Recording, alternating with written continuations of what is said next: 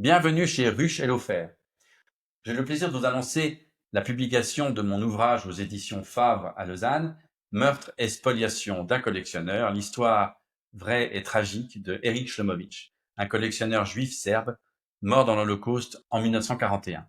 À cette occasion, nous avons décidé d'élargir le sujet pour parler plus généralement du marché de l'art, un marché fascinant, mais dont on connaît mal les ressorts, faute de données à la fois crédibles et légitimes. Pour y voir plus clair, nous avons eu le plaisir d'avoir comme invité Vuk Vidor, un artiste franco-serbe bien connu, établi à Belgrade, et qui nous raconte un petit peu en détail ce qu'il connaît, ce qu'il a vu de ce marché qui mérite d'être beaucoup plus connu et discuté. Excellente écoute, à très bientôt.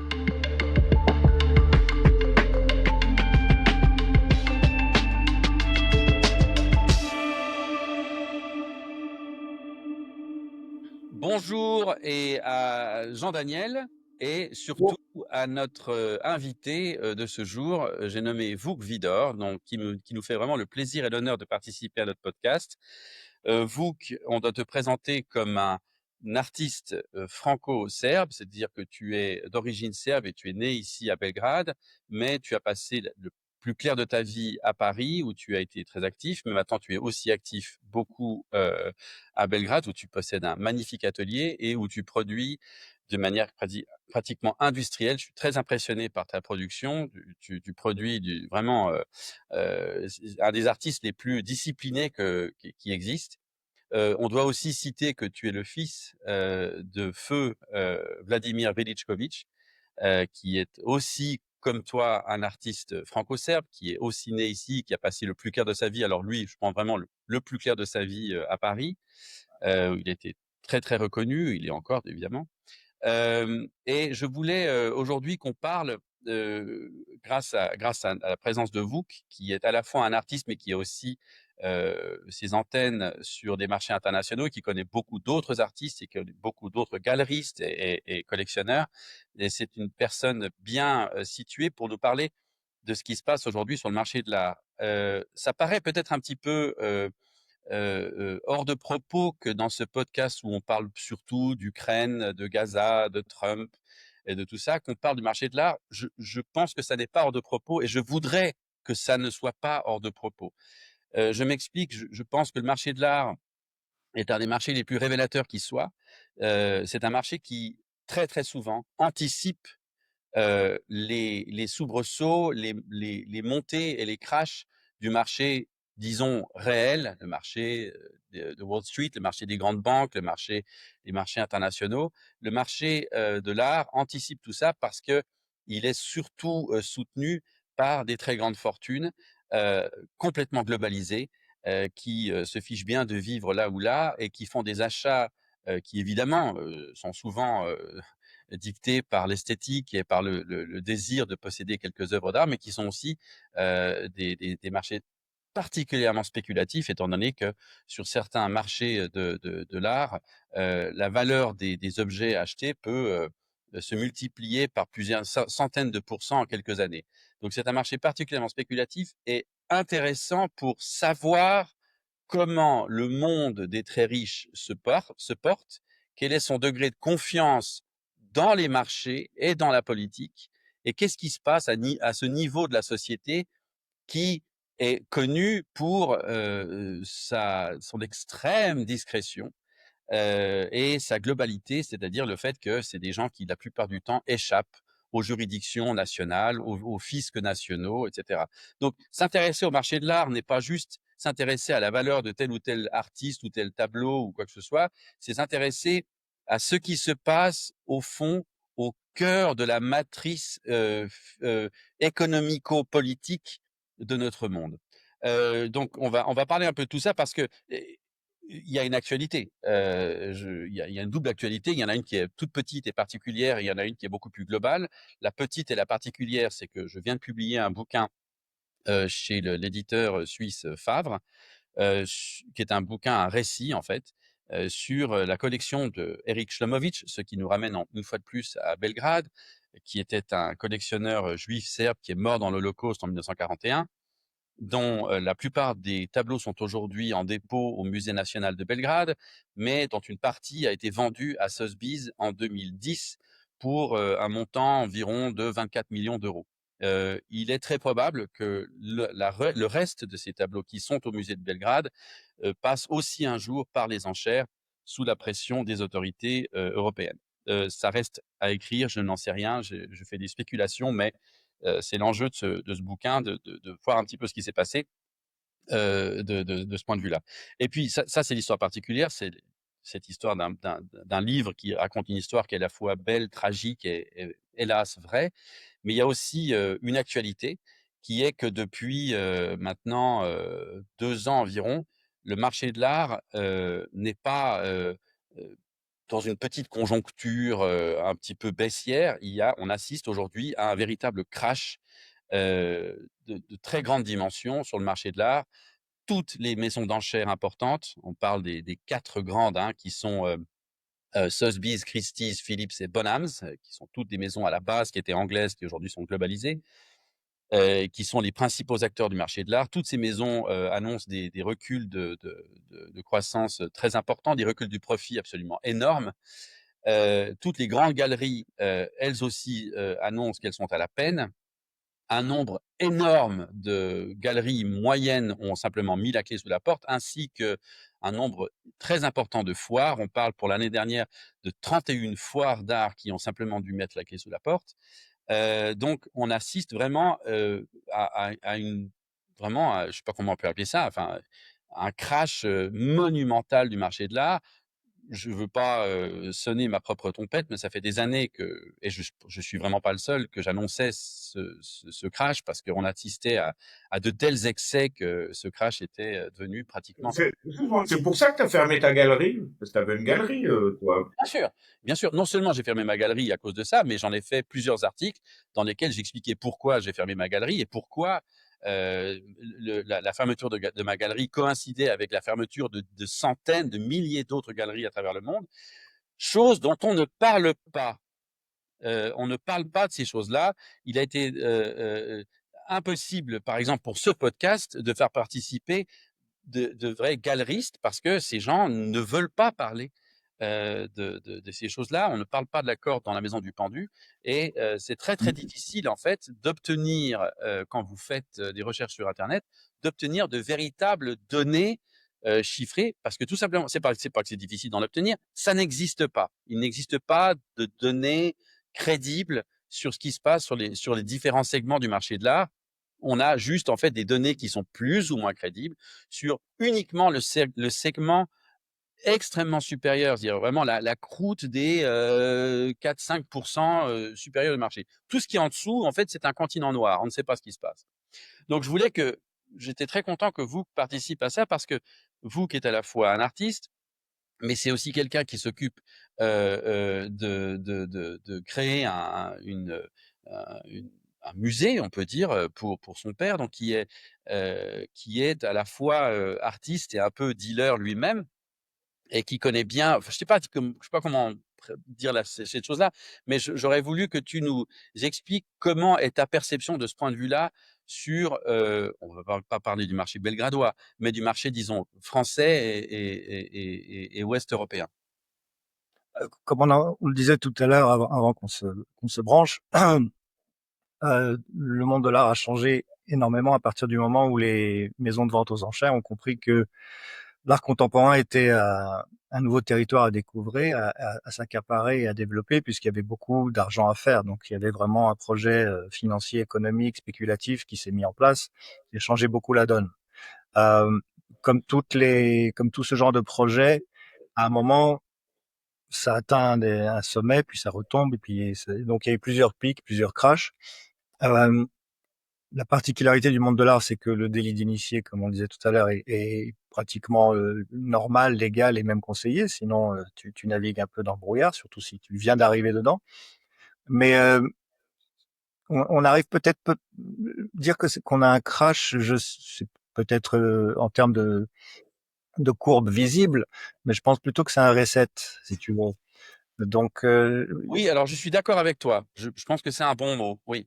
parce que il Ouais. y a énormément d'excès, le fait que des artistes contemporains étaient plus chers que Velázquez ou des artistes qui ont fait l'histoire de l'art, ça paraissait incongru, surtout que c'était des artistes qui faisaient de la production de masse. Donc l'élément spéculatif a beaucoup fonctionné là-dessus, et ce sont ces quelques artistes dont on connaît les noms qui ont toujours été les locomotives du marché, Cohen, Hearst, Murakami, etc. Plus d'autres artistes comme euh, dont tu sais pas pourquoi ils sont tout d'un coup si prisés et si chers, alors que quand tu regardes dans le contexte purement artistique, tu te poses des questions, et ça on l'a tous fait. Donc on est vraiment parfois dans la mystification et dans le nuage de fumée. Tu sais, on te vend des vessies pour des lanternes. On te... et, euh, et donc ça crée beaucoup de disparités et de problématiques à plusieurs niveaux. Mais je pense qu'on arrive maintenant à la fin de ce cycle d'explosion spéculative, et qu'il y a un reset à la fois au niveau des prix des artistes, euh, ce qui va peut-être faire un peu un nettoyage. Pareil au niveau des galeries, puisque tu avais beaucoup de galeries qui s'ouvraient sans vraiment avoir une vraie identité, un vrai projet, un vrai programme, et qui étaient parfois des danseuses pour certaines personnes qui les ouvraient. Tu vois, c'était une sorte d'activité sociale qui tout d'un coup devenait intéressante et encore une fois hype, en dehors d'une vraie passion, d'un vrai engagement artistique, avec une vraie politique artistique, avec des artistes qui font sens, etc. Donc, à un moment, ça aussi, je pense on est dans un reality check en fait, et que c'est peut-être pas une mauvaise chose, puisque effectivement les prix qu'atteignaient certains artistes comme Christopher Wool, tu te demandes pourquoi ces œuvres valent des millions, alors que Des c'est dizaines de millions, hein. C'est de Christopher Wool, J'ai- c'est un J'en ai un. Je pour, cherche ça chez moi. C'est pas un original, c'est un poster signé. Mais ouais, ouais, c'est presque du design graphique, tu vois. clair. Donc c'est des gimmicks. Le monde de l'art, surtout le monde de l'art anglo-saxon, a fonctionné toujours sur des gimmicks. Tu sais, tu avais l'artiste qui peint de cette couleur, qui fait ce sujet-là, qui utilise ce matériau. C'est ce que j'ai fait dans mon art history. Tu sais, Ouais, bien sûr, bien sûr. je synthétise un peu ce que font les artistes. Donc c'était des commodités qu'on vendait, des produits, alors que je pense que maintenant on va peut-être revenir à quelque chose qui a peut-être plus de sens. Il y a un gros retour de la figuration dans la peinture, Énorme, énorme, ouais. totalement mis de côté pendant 20 ans au profit de l'art conceptuel Plus, moi je dirais même plus, beaucoup plus. bon, disons début 90, c'était Ouais, vraiment évident, surtout en France, où l'institution refusait absolument, et encore aujourd'hui, tu as beaucoup de mal. oui. Euh, mais il y a quelques expos de musées qui sont faites les trois dernières années, comme à Montpellier, qui ont montré que ça bouge. Et moi, j'avais fait un groupe de peintres qui s'appelait Surrealisme, Under Realism, avec une quinzaine de peintres internationaux, dont deux Suisses, les frères Rabus. Euh, donc, je pense que des choses qui, comme ça, font sens, qui esthétiquement et artistiquement ont des vraies valeurs intrinsèques, peuvent maintenant reprendre le dessus, et que ce nuage de fumée se dissipe, tu vois, ce brouillard dont tu parles à plusieurs niveaux se dissipe, et qu'on revienne sur des choses un peu plus essentielles. Alors, ça me permet de rebondir ton propos et d'inclure Jean Daniel dans cette discussion, auquel je dois beaucoup personnellement de ce point de vue-là, parce que lorsque je suis arrivé à Belgrade en 2014, j'ai fait la connaissance de jeunes artistes. On va pas parler de ça maintenant, ça n'est pas le propos, mais il y a à Belgrade et d'une manière générale dans cette partie de l'Europe une scène artistique qui est particulièrement dynamique et intéressante et étant donné, je pense, c'est mon interprétation, les difficultés qui ont émaillé cette région d'un point de vue économique et politique depuis des dizaines d'années. Et donc ça a nourri en fait ce fumier nourrit des artistes à mon avis exceptionnels.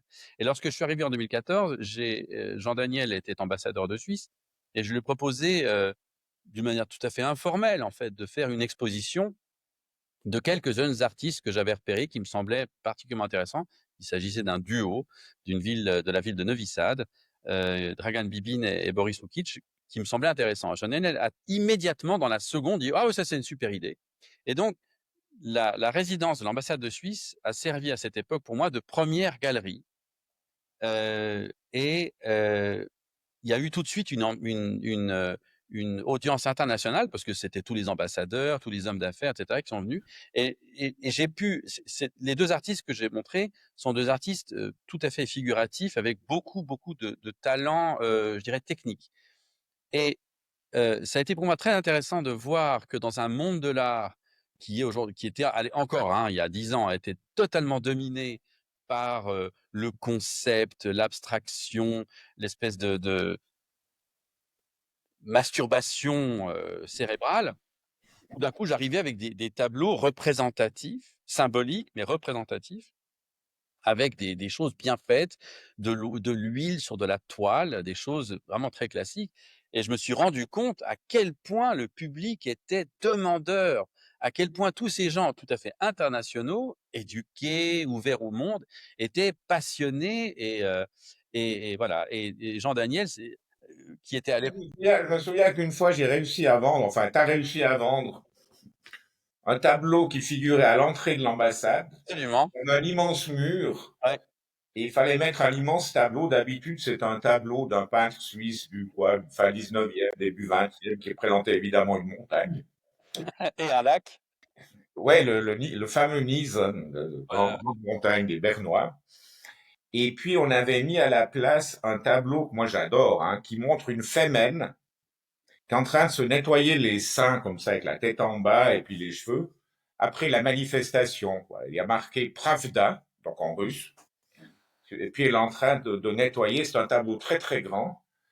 Et puis un beau jour, j'ai un banquier genevois qui est arrivé. Et puis il a fait le tour de l'exposition. C'était des expositions qui duraient longtemps, hein. On commençait à Pentecôte, je crois. Ouais, ouais, ouais. Ouais. Et puis je laisse 7 jours jusqu'après ma fête nationale le 1er août pour que les gens de la fête nationale puissent aussi voir l'exposition. Donc ça, il y avait effectivement plusieurs milliers de personnes qui voyaient l'exposition, au bout du compte. Et ce tableau-là, ce banquier l'avait acheté, je crois, 10 000 euros, il avait payé ça. Absolument. Ouais. Il m'a dit, oui, j'ai acheté une petite maison dans, dans les Pouilles. Ensuite, j'ai vu une photo de la maison. En fait, c'était un ancien château, une ancienne forteresse qu'il avait racheté. Puis il avait donc certainement beaucoup de grands murs. Voilà. Mais effectivement, moi, je constatais. D'abord, j'aimais beaucoup ce que tu montrais. Il n'y avait pas que ça, mais il y avait aussi le gars qui reproduisait des manchettes de journaux. Ah ouais. C'était extraordinaire, cette histoire. Il décrivait, Ouais, avec ouais. graphique, Magnifiquement, ouais. gothique, des manchettes de journaux, des articles de journaux, c'est aussi facile. Des années de bombardements à Belgrade, etc. Toute la presse européenne qui parlait de ce qui se passait en Serbie, en France, en Allemagne, etc. Donc, moi, je suis très content pour moi qui suis un ignare et qui ai beaucoup de peine Ah, avec l'art abstrait, évidemment, parce qu'on me dit, ah, mais il faut laisser tes émotions, tout ça. Moi, je dis, désolé, j'ai pas tellement, moi, d'émotions devant un tableau où il y a des carrés jaunes et puis des carrés bleus. Mais voilà. Alors, je crois de manière, je- j'apprécie un beau, je sais pas, un Tintoret, un Rubens. Moi, ça me parle beaucoup, mais c'est passionnant ce que tu dis parce que je pense que dans ton petit commentaire auto-ironique, il y a une clé de ce qui est en train de se passer. Je m'explique brièvement. Je pense que euh, ce qui s'est passé après la Seconde Guerre mondiale, il y a eu plein de mouvements très très dynamiques, etc. Puis on est arrivé de plus en plus vers des systèmes artistiques qui de moins en moins parlaient au public d'une manière générale, mais parlaient de plus en plus à eux-mêmes en fait, d'un Ouais. curateur à un autre, d'une galerie à un autre, d'un artiste à un autre. Et on est arrivé de plus en plus à faire des systèmes artistiques en circuit fermé, où en fait, dans un système complètement anthropique, où l'art n'a de signification qu'en référence à quelque chose que quelqu'un d'autre a fait avant. Ouais. Si tu n'as pas la référence, tu ne comprends absolument rien. Du coup, ça a créé un système dans lequel des gens, même éduqués, tu viens de citer comme ça Tintoret et Rubens, qui donc signifie que tu connais ton histoire de l'art générale, peut-être pas en détail, mais en tout cas, tu as des bonnes notions. ouais, j'ai visité un ou deux musées dans ma vie, effectivement. Voilà, et tu as un goût, tu apprécies ça. Mais le système des galeries tel qu'il existe depuis une trentaine d'années a en fait repoussé la population d'une manière générale pour ne plus s'adresser qu'à des collectionneurs euh, dont la fortune les rend tout à fait sans pertinence sociale ou artistique, et à d'autres curateurs, d'autres galeries, etc. Et lorsque j'ai eu ma galerie, ça a duré 8 ou 9 ans, j'ai été frappé de constater à quel point, surtout dans les foires internationales, quand j'allais à Paris, à New York, à Milan, etc., je montrais mes artistes serbes, qui étaient pratiquement tout le temps des artistes figuratifs parce que c'est mon goût et que j'ai toujours parié sur le retour du figuratif, euh, à quel point des gens pouvaient arriver en disant: «Oh, vous savez, moi, j'y comprends rien à l'art». Il n'y a rien à comprendre. Moi, c'était le truc que je répétais sans arrêt. Il n'y a rien à comprendre dans l'art. C'est, vous regardez avec, ça s'appelle art visuel, hein, ça ne s'appelle pas philosophie quantique. Donc, il y a un truc qui s'est passé, en fait.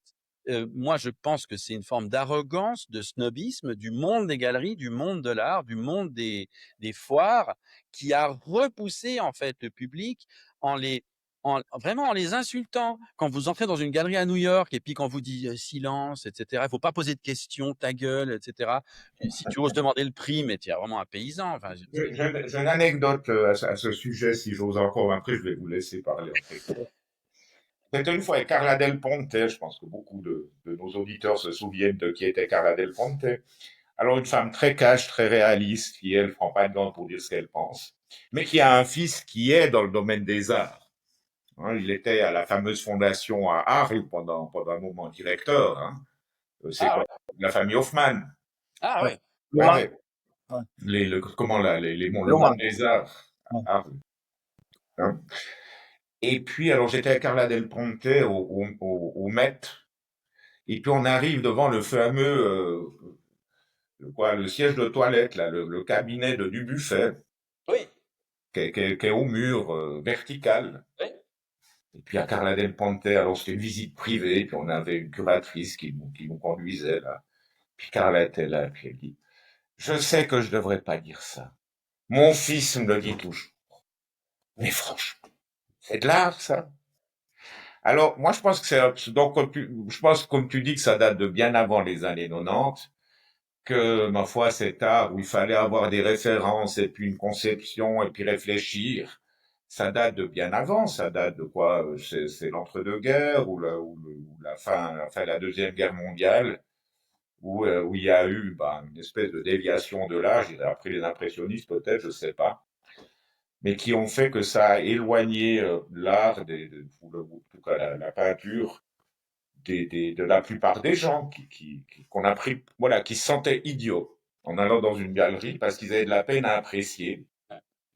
Puis le résultat de tout ça, c'est que finalement, si maintenant ils essayent d'appliquer les lois du marché normal, on arrive à une situation où il y a eu une production très grande de tableaux qui parlaient à un nombre de gens beaucoup plus petit. Donc, la loi de l'offre et de la demande est complètement pas la même que dans le secteur, sur n'importe quel marché, que ça soit l'immobilier, les biens et services. Le monde de l'art, c'est complètement différent, avec une offre énorme et puis une demande qui avait tendance à se rétrécir. Et finalement, après, la valeur, qui normalement est le résultat de l'offre et de la demande, là, c'était pas la même chose. La valeur, c'était le résultat de mode donné par des grands investisseurs du marché de l'art, du genre, ah mon Dieu, il a un tableau de, donc il me faut un tableau de, puis c'est comme ça qu'une espèce d'aristocratie des artistes qui s'est formée, je me trompe. Non, c'est ça. Ouais. C'est ça, hein.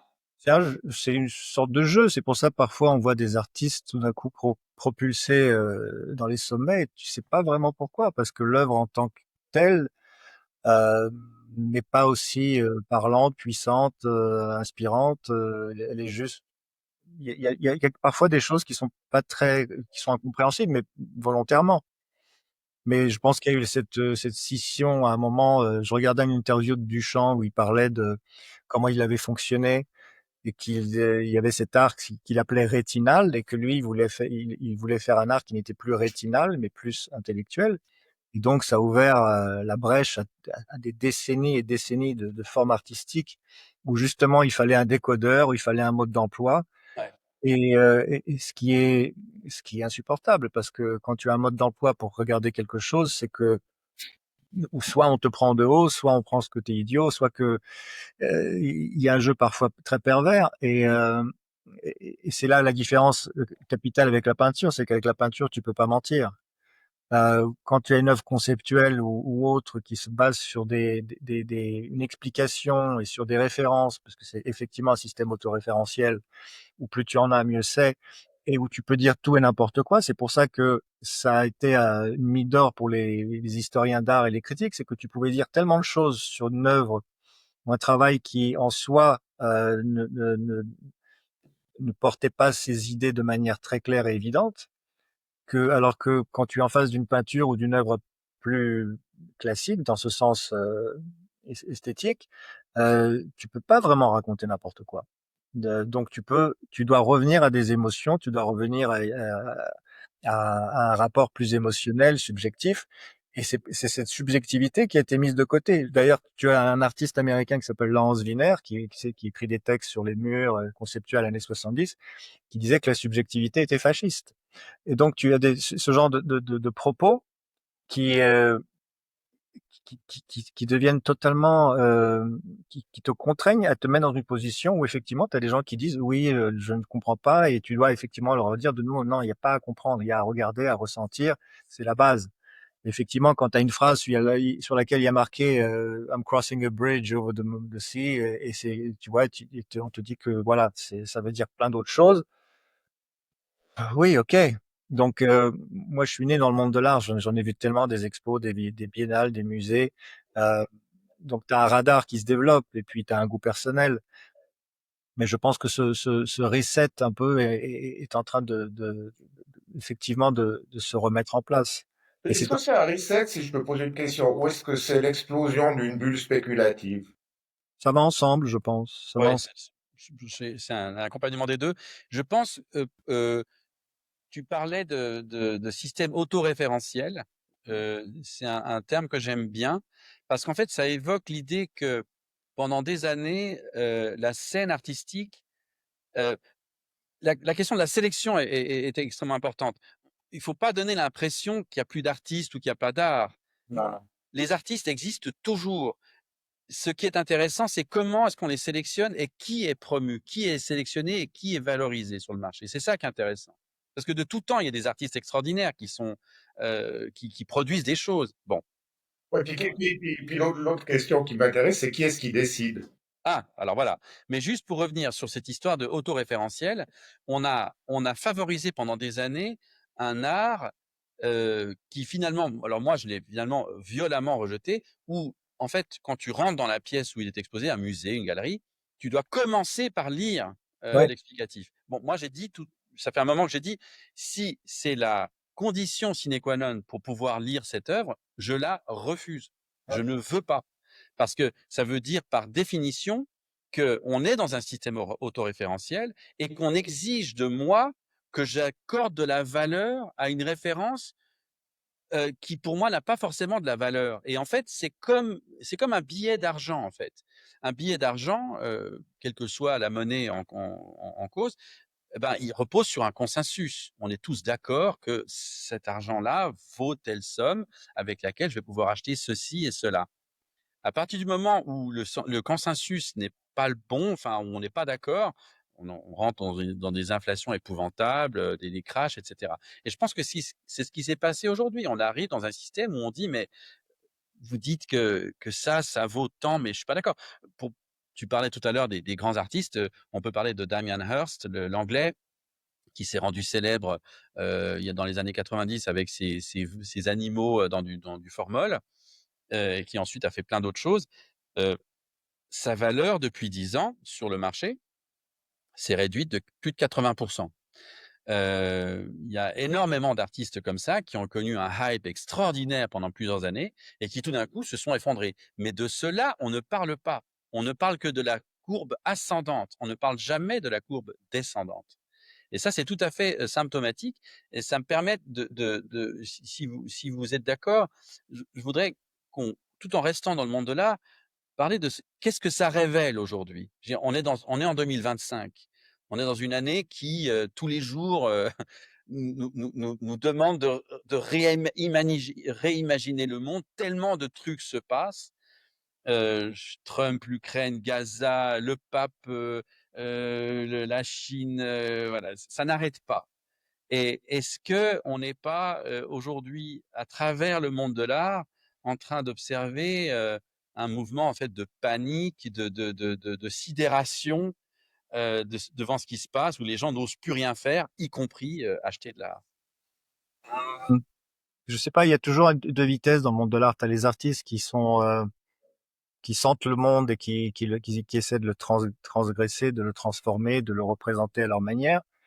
Après, tu as le monde de l'art qui fait plutôt l'institution, les biennales, ces grandes messes, tu sais, ou les foires, mais surtout les biennales qui sont supposées consacrer quelque chose, où tu arrives à chaque fois pour te racheter une conscience, c'est-à-dire on te présente l'état du monde qui est toujours tragique. Donc tu vas à la Biennale de Venise pour savoir qu'il y a des guerres, qu'il y a des crises, qu'il y a des migrants, qu'il y a ceci, qu'il y a cela.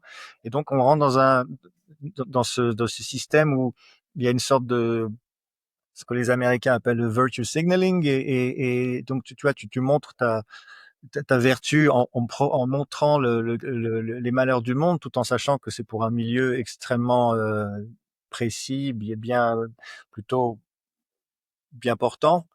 Et ça m'a gêné depuis presque 20 ans maintenant d'aller à la Biennale, de sans cesse être confronté, soi-disant, à ce que je peux voir sur CNN ou National Geographic. J'ai pas besoin d'aller à la Biennale pour ça. Et une œuvre d'art en soi n'est pas supposée illustrer le monde.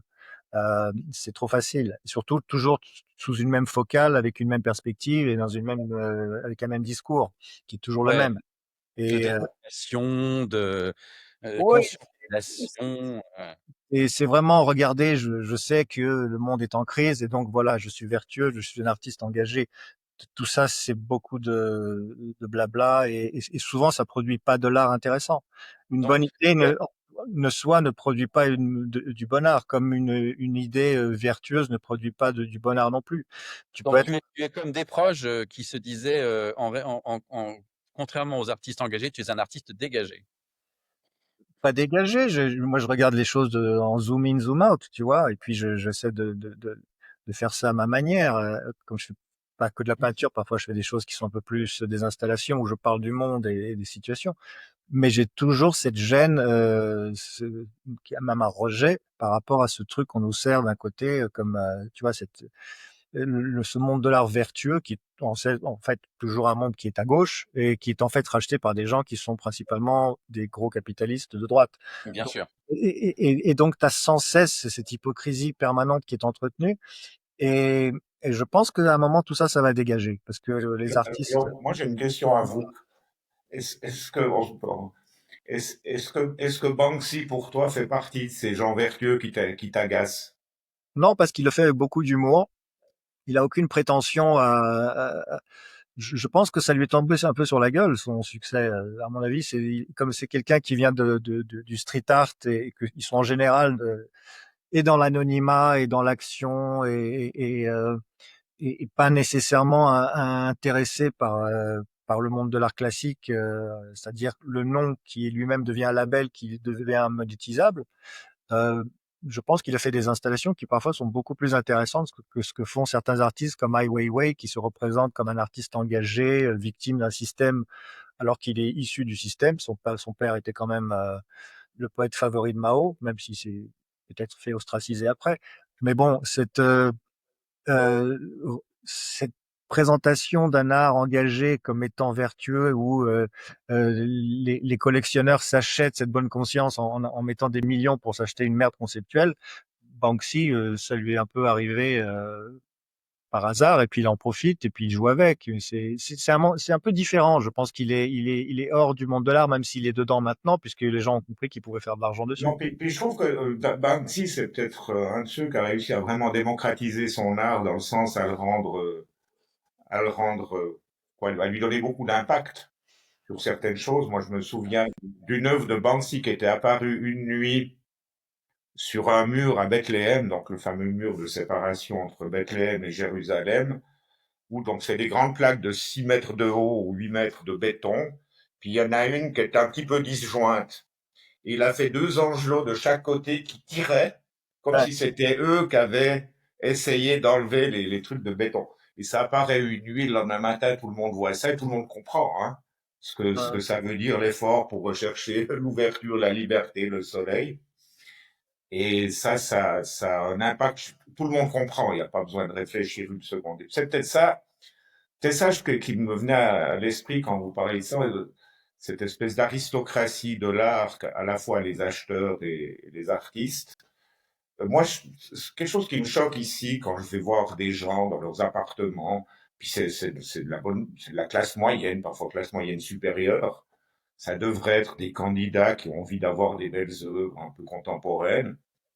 Je crois que j'ai jamais vu des tableaux qu'ils ont achetés eux.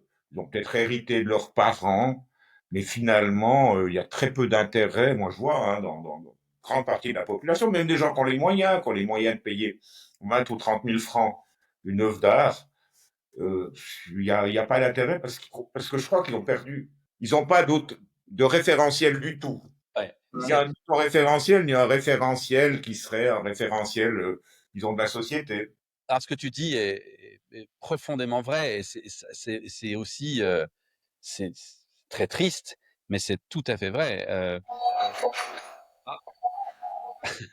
On est effectivement dans un monde où acheter de l'art. Enfin, j'écoutais hier une commentatrice que j'aime bien dans le monde de l'art, qui est américaine, et qui disait on est en train de risquer de voir le, le, le monde de l'art, en fait, ouais, le monde des arts visuels, devenir ce qu'est devenu la musique classique.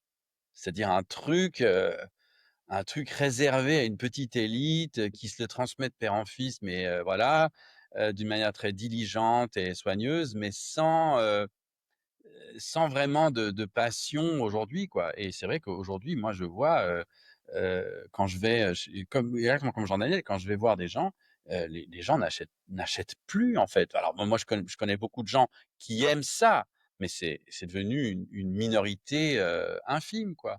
Ça a toujours été, tu sais, je pense pas que dans les années 70, tu avais plus de collectionneurs. Ils étaient peut-être plus variés, ils achetaient Oui, mais justement, pas des collectionneurs. pas les grosses fortunes qu'on a aujourd'hui. Tu avais des médecins, des avocats qui achetaient beaucoup d'œuvres. Voilà. Mais ces médecins et les avocats, aujourd'hui, ils n'achètent plus. Oui, mais ça c'est après une question économique. Et puis effectivement, le fait que tu es sans cesse dans cette mystification, il suffit juste de regarder sur les sites des galeries, quand tu regardes les artist statements, et tu vois que c'est une sorte de charabia, une sorte de bouillie verbale où ils utilisent sans cesse les mêmes mots. Et ce système autoréférentiel où tu es dans le post-colonialisme, post-féminisme, post-communisme, machin truc, où tu parles de tes traumas personnels, sociétales, et tu questionnes sans cesse des questions de... Tu vois, c'est sans cesse les mêmes mots qui reviennent. C'est un peu comme des trigger words comme ça, qui veulent rien dire. Qui veulent rien dire. Surtout quand tu regardes l'œuvre après, tu dis, quel est le rapport? Ouais, exactement. J'ai vu récemment une expo qui m'a vraiment ouvert les yeux. C'était c'était Soft Ferrer au Whitney à New York. Une expo sur des artistes américains engagés des années 60 pendant le mouvement des civil rights, le mouvement des droits civiques américains. Et on voyait plein d'œuvres qui parlaient voilà, de la cause des Noirs américains, etc. Et puis, en fait, on était devant des choses qui, pour nous, en 2000, je sais pas, 22 à l'époque, n'avait strictement aucun sens. Qu'on soit noir ou pas, américain ou pas. Il fallait lire des trucs, des textes, et c'était un charabia pas possible. On comprenait pas. Ça n'était pas de l'art, en fait. C'était c'était du militantisme décoré.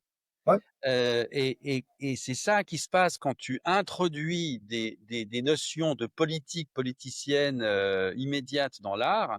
Tu le condamnes à l'obsolescence programmée rapide. ouais, ouais. Puisque tu es dans un moment été et que tu transgresses, tu sublimes pas, tu illustres. Voilà. Et Exactement, voilà, exactement. Tu ne c'est le pas pareil. transformes. Voilà, tu le sublimes pas, tu l'illustres. Exactement.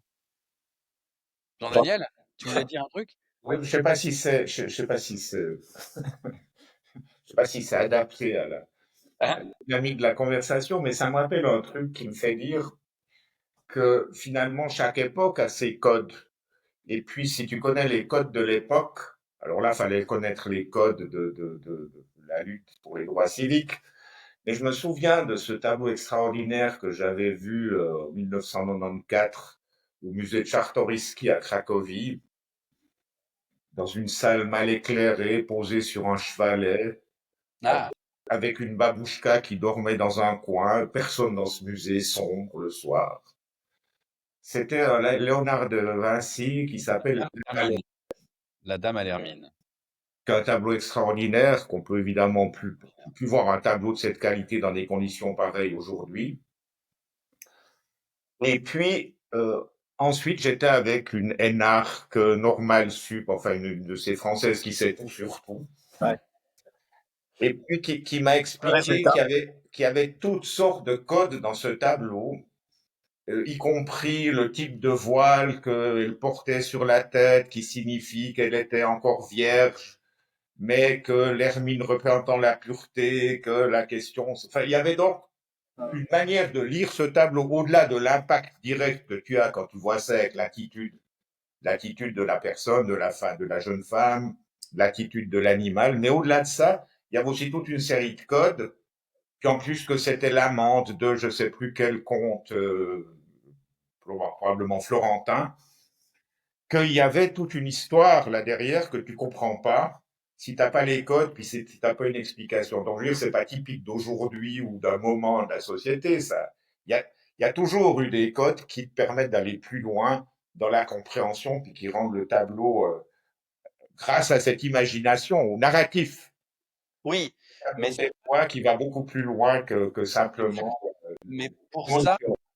pour ça, il faut plusieurs choses, et moi j'en citerai deux. Il faut d'abord, il faut un excellent artisanat.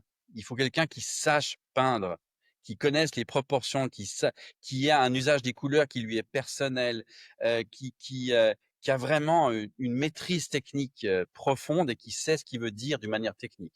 Le médium, c'est le message, disait McLuhan. C'est très très vrai dans l'art. Et puis l'autre truc, c'est que euh, une vraie œuvre d'art, elle a plusieurs niveaux de compréhension. Et puis certains de ces niveaux de compréhension, à mesure que le temps passe, eh ben, ils vont peut-être moins se comprendre, s'oublier, etc. Mais il y a un premier niveau de compréhension qui est le niveau émotionnel, visuel, tripal, rétinal, disait Duchamp, qui lui demeure. Et, et quand tu vois la Dame à l'hermine, ce que j'ai eu le bonheur de faire à Cracovie, qui est pour moi le plus beau de Vinci, euh, tu vois pas le comte machin qui est l'amant d'eux à travers l'hermine. Non, tu vois d'abord un tableau d'une beauté extraordinaire. Tu vois une maîtrise, tu vois un truc qui transcende toutes les cultures, toutes les races, toutes les religions, n'importe quoi. C'est une œuvre superbe, indéniablement superbe, qui a été filtrée à travers les siècles, passée de main en main, protégée, etc., et qui conserve sa puissance. On a perdu tous les degrés de compréhension, on en garde certains, on ne les a pas tous compris. Mais c'est pas grave. Il reste un degré primal qui est celui qui provoque cette émotion que l'art doit provoquer, qui nous fait revenir en nous-mêmes, questionner des choses, etc., qui nous marque l'œil et nous forme l'œil à voir d'autres choses après. Ouais. C'est vrai que quand tu vois, pour un autre tableau où j'ai pas non plus les codes, mais tu vois la jeune fille à la perle de Vermeer Bien sûr. ou Moritz Heuss à La Haye, et puis même si tu connais pas l'histoire du tableau, qu'ensuite a été raconté, imaginé par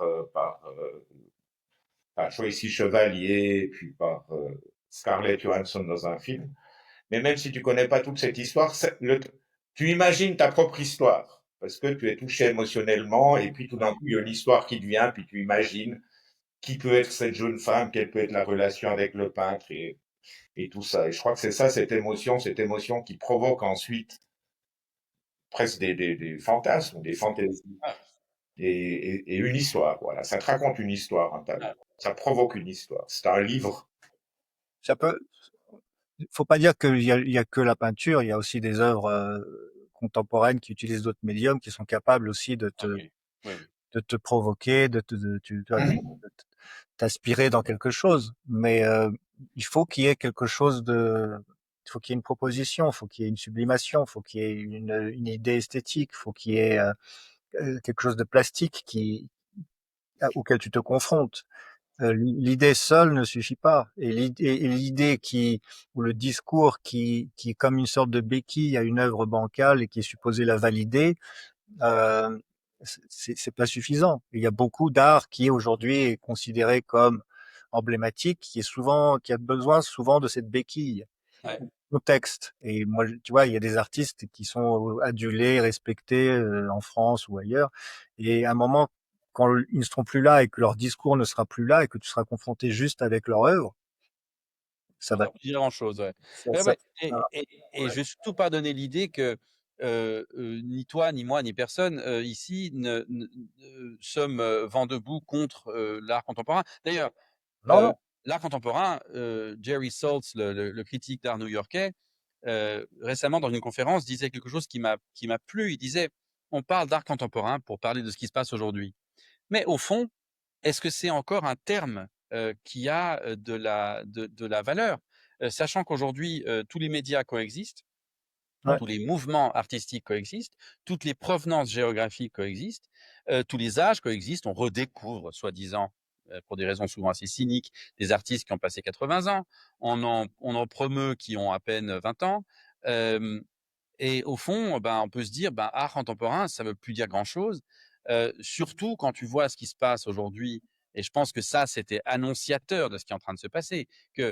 Tu as parlé tout à l'heure du fait que les maisons d'enchères ont commencé à s'introduire sur le marché de l'art contemporain il y a maintenant 25 ans à peu près, parce qu'elles voulaient une part du gâteau, parce qu'elles voulaient participer à ce marché, et elles y sont si bien parvenues depuis quelques années qu'aujourd'hui, quand tu vas dans une foire d'art contemporain et que tu vas voir une galerie, c'est ce qu'on appelle une méga galerie, ces galeries gigantesques, dont certaines ont des entrepôts à l'aéroport de Gstad ou de New York. euh, Tu vas voir ce que ces gens-là présentent aujourd'hui dans des galeries, dans des foires d'art contemporain, et on te propose des tableaux de Klimt, de Courbet, de Delacroix, parce que tout simplement, et ça, c'est quelque chose qui a commencé il y a un peu moins de 10 ans, parce que tout simplement, la valeur subjective des tableaux d'art contemporain, des œuvres d'art contemporaine, est devenu de plus en plus compliqué à défendre face à un acheteur. Donc c'est beaucoup plus facile après d'arriver et de dire, comme Hauser and Wirth l'a fait à Art Basel l'année dernière, de présenter une exposition uniquement de Wilhelm Hammershøi, que personnellement j'adore, peintre danois extraordinaire de la fin du 19e, début du 20e siècle, mais qui n'a absolument rien à faire dans une foire d'art contemporain. Mais comme il y a une crise sur la notion du contemporain et sur ce qui est aujourd'hui produit et défendu par des galeries et par certains marchands, ben, les grandes galeries dont le job c'est de vendre de l'art, ben, ils se disent, ben, on vendra ce qui se vend et ce qui est indiscutable. Bah, effectivement, sur les foires depuis quelques années, tu vois même des galeries très contemporaines qui ont des œuvres conceptuelles. Tout d'un coup, un dessin de Schiele ou un truc de Mondrian. Donc, est-ce que c'est pour mettre tu vois, en, en confrontation les artistes avec quelque chose qui est déjà établi, c'est une chose. Après, il y a peut-être des nouveaux mécanismes. Tu as aussi ces grosses galeries qui maintenant s'allient avec des galeries plus petites pour partager les artistes. Ça, c'est aussi un nouvel élément. Tu as les maisons de vente aux enchères qui organisent elles-mêmes des expositions maintenant dans leurs lieux qui sont maintenant gigantesques. Sotheby's a racheté tout un immeuble à Paris. Et à New York, Il y a ils ont une- racheté le Pet Breuer. Donc ils font maintenant, tu vois, les rôles se mélangent un peu. Chacun fait un peu tout. Euh, Avec effectivement le fait que peut-être les maisons de vente aux enchères vont peut prendre le dessus puisqu'ils ont effectivement cette force de frappe. Et donc la notion même d'art contemporain qui est quoi maintenant? Elle a une quarantaine d'années, puisque avant Ouais, c'était l'art plus. moderne. Avant c'était l'art moderne, maintenant après on est passé au contemporain. Je me souviens toujours dans un cocktail à Paris, il y avait un gars qui était en train de draguer une gonzesse au bar et qui disait je suis artiste d'art contemporain. Je me disais mais qu'est-ce que ça veut dire je suis artiste d'art contemporain? Tu dis t'es artiste. Si t'es artiste, t'es vivante et donc oui, donc le mec était con et ce qu'il faisait c'était sans doute de la merde. C'est pas la question, mais ce label, je pense, qui définissait en fait beaucoup aussi de ce dont on parlait tout à l'heure, cette mystification, cette justification, validation par un discours, euh, un langage qui se rajoute au langage. Ce que je dis toujours pour la peinture étant un langage elle-même, c'est difficile de rajouter du langage au langage, mais tu peux le faire sur quelque chose qui est plus abscon. Juste citer l'extraordinaire phrase de Edward Hopper, si je pouvais l'écrire, je ne le peindrais pas. Oui, oui, oui, c'est évident.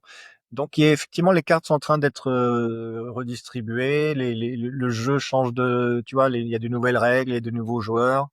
Les joueurs changent aussi de rôle. Donc, c'est en train de bouger tout ça. Mais je pense que ça fait partie effectivement de cette remise un peu, ce reset, qui est pas le reset Ouais, de Davos, parce qu'on le veut pas celui-là, mais le, le reset de monde de l'art, pourquoi pas. ouais. Et je pense qu'effectivement, on va revenir. Juste aussi dire que même si le marché est en train de se prendre des baffes monumentales, on assiste à une remontée assez spectaculaire des œuvres en dessous de 5 000 euros. Ouais, ouais. Ce qui est un très bon signe. Ça veut dire que les gens sont toujours, ils ont toujours envie, mais ils prennent moins de risques et puis ils vont plus vers les jeunes, ce qui est toujours bien. C'est les jeunes qui en ont besoin. Et je pense on assiste à un retour vers des choses peut-être un peu moins grandiloquentes, mais peut-être plus proches de concepts qui ont été honnis pendant des dizaines d'années, par exemple le concept de la beauté, qui a été quelque chose de complètement bourgeois, dégoûtant, subjectif, nul. Ben, on revient à ça en fait d'une manière tout naturelle. C'est une des beautés du marché de l'art, d'être jamais fixe et de constamment offrir des choses en évolution, quoi. C'est En la tout nature cas, humaine. en tout cas, moi, je me réjouis de voir l'exposition de vous, Ah oui, parce que bah, j'ai regardé sur Internet un peu ce que tu fais, et franchement, c'est, Bon, il y a c'est- plein de choses diverses, hein. Je sais pas ce qu'il y a sur moi, Internet. j'ai regardé ce que j'ai vu, quoi, forcément. Et et je me réjouis beaucoup d'aller voir cette exposition, en espérant qu'elle sera encore là en juillet, lorsque je viendrai à Belgrade pour un petit Moi, je suis pas sûr séjour. que ça va tenir aussi longtemps, puisqu'il change assez vite ici, mais un mois au moins, sans doute. ben, quand tu viendras, Jean-Daniel, on ira rendre visite à Vouk dans son studio. Encore mieux. Voilà. Et puis, j'en profite encore, achetez mon livre. Je mettrai le lien dans le Spotify. Merci beaucoup pour cette discussion, Vouk. Ouais, C'est- achetez le mien aussi, hein, même si ça. oui, mais bien sûr. Enfin, Non, mais les miens, il y en a deux maintenant. ah oui, chez Fabre et chez Les Arcas. les Ce Arcas, qui ouais. ira au pouvoir sous le nom de Daniela Catin. Moi, j'ai rien à vendre. Voilà. Elle est Euh, à quelques tableaux quand même. à Belgrade voir l'exposition de Vouk. Voilà, mais ça me fait plaisir et puis ça me donne envie de reparler de ce thème une autre fois parce qu'il y a tellement, tellement de choses à dire dont on ne parle pas assez. Et je remercie nos auditeurs d'avoir tenu le coup et j'espère que ça les a incités à découvrir un peu plus. Merci à vous, excellente journée et à très bientôt. Au revoir. C'était un épisode du podcast Ruche et Laufer. Chaque semaine, Jean-Daniel Ruche, ancien ambassadeur de Suisse, et David Laufer, écrivain suisse basé à Belgrade, commentent l'actualité, la géopolitique, l'histoire et la culture. À très bientôt pour un prochain épisode.